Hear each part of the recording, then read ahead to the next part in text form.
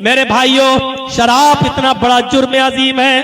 پہلے تو یہ حرام نہیں ہوئی، اور جب حرام ہوئی تو آپ کو معلوم ہونا چاہیے اس کو کسی مجبوری میں اور کسی بیماری میں بھی پینے کی اجازت نہیں دی اللہ کے نبی صلی اللہ علیہ وسلم نے.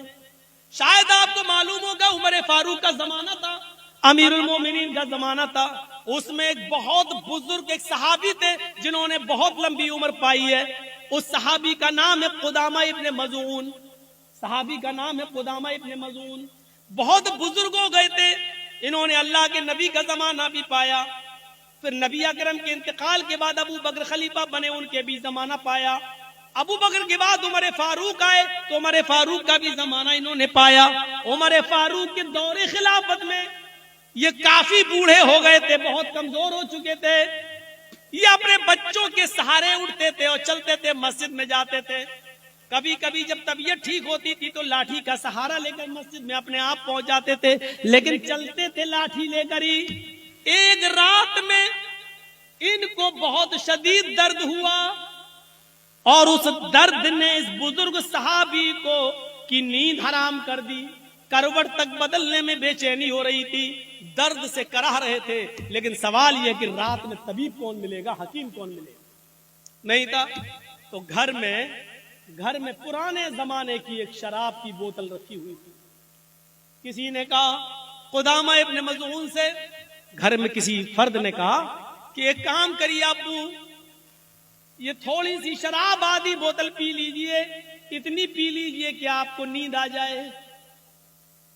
ہوتا ہی ہے، آدمی جب درد سے کراتا ہے تو ڈاکٹر ٹیبلٹ دے دیتا ہے، نیند کی گولی دے دیتا ہے، تو آپ کھا لیجئے، سو جائیں گے. یاد رکھنا، نیند کی گولی کھانا اور شراب پینا دونوں ایک درجے میں داخل ہے. لیکن ڈاکٹر جب نیند کی گولی تجویز کر دے تو جتنے پاور کی لکھے گا اتنے پاور کی دوا آپ استعمال کر سکتے ہیں بطور دوا کے. شریعت اس بات کی اجازت دیتی ہے. ڈاکٹر نے لکھا ہے ہلکے پاور کی 0.25 اور ہم کھا رہے ہیں 0.5 یعنی ڈبل پاور کی، تو آپ یہ شراب پی رہے ہیں، یہ جرم ہے. پھر گناہگار ہیں آپ. ڈاکٹر اگر آپ کو لکھ رہا ہے 54 بھر کی اور آپ کھا رہے ہیں 98 بھر کی، تو اس کا مطلب یہ ہے کہ آپ شراب پی رہے ہیں. ڈاکٹر کے مشورے کے مطابق، ڈاکٹر وہ بھی MBBS MD ڈاکٹر جو دواؤں میں ماہر، جھولا چھاپ نہیں جو سائیکل لے کے دوڑتے رہتے ہیں اور خود مریض ڈھونڈتے ہیں. یہ نہیں، ان کو تو خود ہی نہیں معلوم ہوتے کہ کون سے پاور کی دوا استعمال کی جائے. تو قدامہ ابن مظعون کو کسی نے کہا کہ آپ شراب پی لیجئے، اتنی پی لیجئے کہ آپ کو نیند آ جائے، کیونکہ مجبوری ہے، آپ درد سے کراہ رہے ہیں، آپ کم سے کم آرام سے سو جائیں. قدامہ ابن مظعون نے سوچا کہ ہاں چلو مجبوری ہے، درد کی وجہ سے، ہم کوئی شرابی تھوڑی ہیں، حرام ہو چکی ہے، لیکن درد ہو رہا ہے تو بطور دوا کے ہم اس کو استعمال کر لیتے ہیں. تو قدامہ ابن مظعون نے بڑھاپے میں تھوڑی سی شراب پی لی، اتنی پی لی کہ ان کو نیند آتی. دھیرے دھیرے یہ خبر ابو ہریرہ کو پتا چلی. ابو ہریرہ رضی اللہ تعالیٰ عنہ کے ذریعے دوسرے صحابہ کو پتا چلی. پھر دوسرے صحابہ کے ذریعے صبح ہوتے ہوتے شام ہوتے ہوتے یہ خبر حضرت عمر فاروق کو مل گئی. حضرت عمر فاروق کو ملی کہ قدامہ ابن مظعون نے اس بزرگی میں شراب پی لی. صبح ہوئی، تیسرے دن ان کو بلایا گیا. اپنے بیٹے سہارا دے کر آئے. قدامہ ابن مظعون عمر فاروق کے سامنے کھڑے ہیں اور دیکھیے تم تو تندرستی میں شراب پیتے ہو، قدامہ ابن مظعون بوڑھے ہیں اور بیماری میں شراب پی لی تھی. حضرت عمر فاروق نے کہا ہے قدامہ، میں نے سنا ہے کہ تم نے شراب پی ہے پرسوں. قدامہ ابن مظعون کہتے ہیں ہاں آپ نے صحیح سنا ہے، لیکن آپ نے شاید یہ نہیں سنا کہ میں نے کس وجہ سے شراب پی. رات میں کوئی حکیم نہیں ملا اور درد نے مجھے بے چین کر دیا تھا، تو میں نے سونے کے لیے نیند آ جائے اور درد سے مجھے چھٹکارا مل جائے، اس لیے میں نے اتنی شراب پی لی تھی. حضرت عمر فاروق نے ایک میٹنگ بلائی اور کہا تم لوگ بہت سے صحابہ اللہ کے نبی کے زمانے میں بھی موجود تھے، آج مجھے یہ بتاؤ کیا اللہ کے رسول نے کبھی کسی صحابی کو مجبوری میں بھی، کسی بیماری میں بھی شراب پینے کی اجازت دی ہے؟ اگر ایک واقعہ مجھے مل جائے کہ بیماری میں کسی کو شراب پلائی ہو تو میں قدامہ ابن مظعون کو چھوڑ دوں گا. لیکن کسی بھی صحابی نے جواب نہیں دیا. سب نے کہا کہ مجبوری میں بھی اور بیماری میں بھی اللہ کے نبی نے کسی کو شراب پینے کی اجازت نہیں دی. کہا اے قدامہ تمہیں سزا ملے گی اور 40 کوڑے تمہیں پڑیں گے. قدامہ ابن مظعون تیار ہو گئے. ٹھیک ہے پھر ماریے.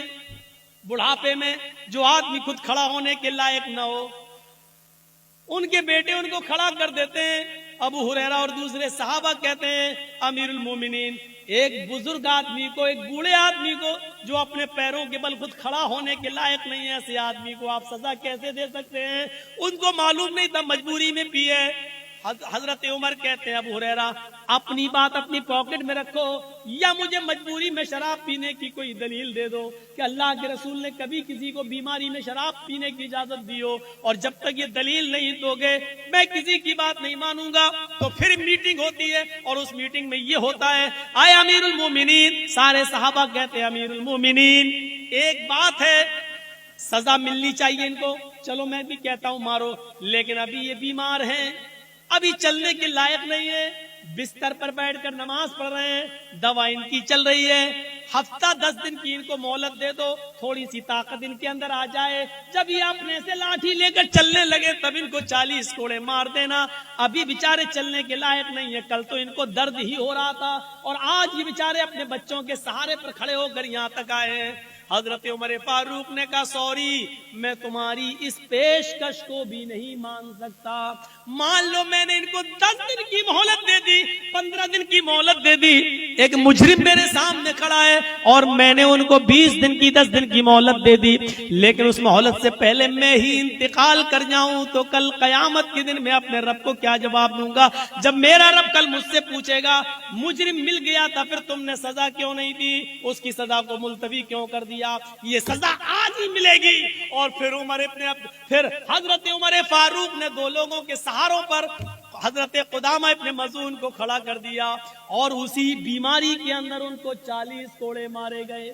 40 کوڑے پڑنے کے بعد قدامہ ابن مظعون کی ہڈیاں اتنی کمزور ہو گئی کہ پھر وہ 1 سال 1.5 سال 2 سال جتنے دن زندہ رہے پھر وہ لیٹرین بستری پہ کیا کرتے تھے, پھر وہ کھانا بستر پہ کھایا کرتے تھے, پھر وہ پوری زندگی بستر سے اٹھ نہیں سکے اور مسجد میں نماز پڑھنے نہیں جا سکے. ان کی پھر پوری زندگی کی نماز مسجد کے اندر ہی گھر کے اندر بستر پہ ہوئی اور ان کے گھر والوں نے ان کو اسی بستر پر لیٹرین کرائی ہے, پھر اسی بستر پر ان کا انتقال ہوتا ہے.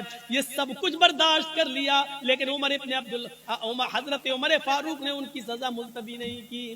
آپ اندازہ لگا سکتے ہیں ایک بوڑھے آدمی کو بھی سزا دی گئی, 40 کوڑے مارے گئے جبکہ اس نے بیماری میں اور مجبوری میں اور درد کی وجہ سے شراب پی, لیکن قدامہ کو بھی سزا دی جاتی ہے. میرے بھائیوں پھر ہم تو نوجوانی کے عالم میں شراب پی رہے ہیں, ہم کہاں ہیں, ہماری حیثیت کیا ہے؟